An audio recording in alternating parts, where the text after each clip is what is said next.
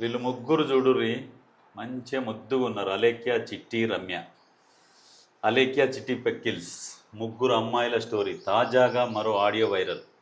ఏమైందంటే అసలు అలేఖ్య, చిట్టి పిక్కిల్స్ అని వీళ్ళు అసలు సోషల్ మీడియాలో మంచి ఇన్ఫ్లుయెన్సర్స్. ఈ చిట్టి బాగా వీడియోలు చేస్తుంది మంచిగా, అంటే ముగ్గురు ఇండివిజువల్గా బాగా వీడియోలు చేస్తారు, మంచి వైరల్ అవుతాయి. దాంతోపాటు అట్లనే ఏం చేసారు, పచ్చల దుకాణం పెట్టుకున్నారు మెల్లగా.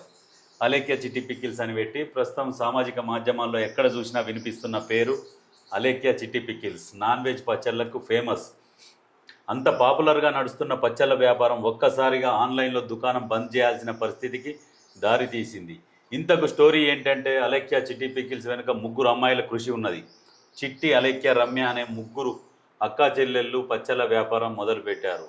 రాజమండ్రి కేంద్రంగా తెలుగు రాష్ట్రాలతో పాటు ఇతర రాష్ట్రాలు, ఫారిన్లో కూడా వీరి కస్టమర్ల నుంచి పచ్చళ్ళ ఆర్డర్లు వస్తుంటాయి. వాట్సాప్ ద్వారా ఆర్డర్లు బాగా వస్తుంటాయి. ఇంకా వీరి పచ్చళ్ళు కూడా టేస్ట్గా ఉంటాయని పేరు రావడం, డిమాండ్ పెరగడంతో పాటు ధరలు సైతం ఎక్కువగా పెంచినట్లు తెలుస్తుంది. ఈ ముగ్గురు అక్కా చెల్లెళ్ళు సోషల్ మీడియా ఇన్ఫ్లుయెన్సర్స్ కూడా.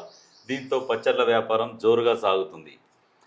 అయితే వార్త ఏంటంటే వాట్సాప్ నెంబర్ పెట్టిరు. వాట్సాప్ నెంబర్ పెట్టినప్పుడు మెసేజ్లు చేసినప్పుడు కొంతమంది ఉంటారు కదా, కొంతమంది కామెంట్ చేసేవాళ్ళు ఇష్టం వచ్చినట్టు కొంతమంది మెసేజ్లు పెడుతుంటే అందులో ఇంకొకడు పచ్చళ్ళు ఏంది ఇంత రేటు ఉన్నాయి అని అన్నాడు. అనగానే అయితే వేరే వాళ్ళు అప్పటికే విపరీతమైన బూతులు పెడుతున్నారంట. వాళ్ళని తిట్టబోయి ఏమని అన్నారు అంటే అదొక్కసారి వినిపిస్తా. ఇవి ఎక్స్పెన్సివ్ అన్నావు అంటే నీ అంత చీప్ ఫకింగ్ ఫెలో ఇంకెక్కడ ఉండడు. పని చేయి, నువ్వు గట్టిగా ఫోకస్ చేయాలన్నమా కెరియర్ మీద. ఎందుకంటే లేదంటే నీ గర్ల్ ఫ్రెండ్ లేదంటే నీ పెళ్ళమో వదిలిపడదింగుద్ది. కాబట్టి నువ్వు అడిగిన ఏమి నువ్వు కొనలేవు కాబట్టి అది నేను వదిలిపడదింగుద్ది. నా మాటిని నువ్వు కెరియర్ మీద ఫోకస్ చేసి అప్పుడు ప్రేమ పెళ్ళిళ్ళు ఇటు జోలికి వెళ్ళు. ఎందుకంటే ముష్టి పచ్చడే కొనలేకపోతున్నావు. నువ్వే పడరా గోల్డ్ ఏం కొనిస్తావురా దానికి. అయితే వేరే వాళ్ళకి పెట్టబోయి అదే వీళ్ళకి పెట్టిందంట కామెంట్. మిస్టేక్ జరిగింది. దానికి వివరణ కూడా ఇచ్చింది. కాకపోతే జరగాల్సిన నష్టం జరిగిపోయింది. విపరీతంగా ట్రోల్ చేస్తున్నారు. పాపము ముగ్గురు కష్టపడి ఒక స్థాయికి వచ్చినప్పుడు జనాలు కూడా సహకరించాలి. బయటికి వచ్చింది, సారీ కూడా చెప్పింది, ఇంకా వదిలేయాలి. ఎందుకంటే సరే వీళ్ళు కొంచెం తెలిసో తెలియకనో మరి వేరే వాళ్ళు చాలామంది సతాయిస్తుంటారు విపరీతంగా.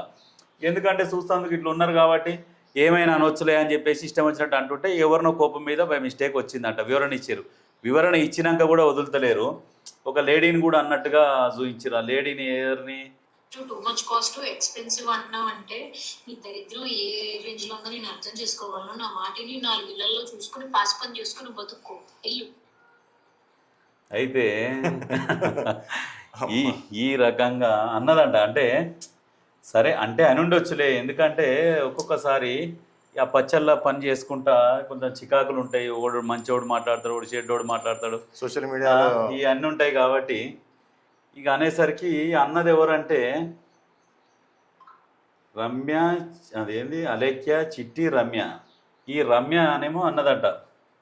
కానీ నిజంగా ఇప్పటికైనా పాపం మంచి కష్టపడుతున్నారు. మంచి టేస్టీ పచ్చళ్ళు ఉన్నాయంట.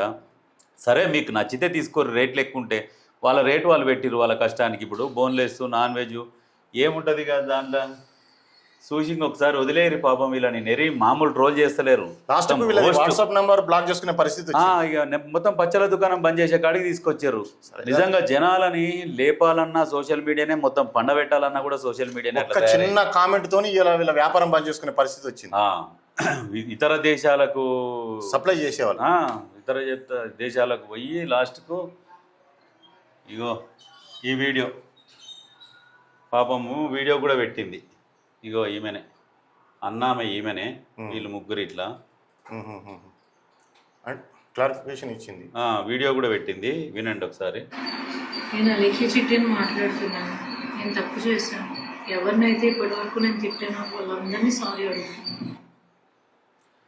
సారీ అడిగింది. ఇంకా వదిలేయండి. ఇంకా రోస్ట్ చేయకండి ఇక, ఓకేనా?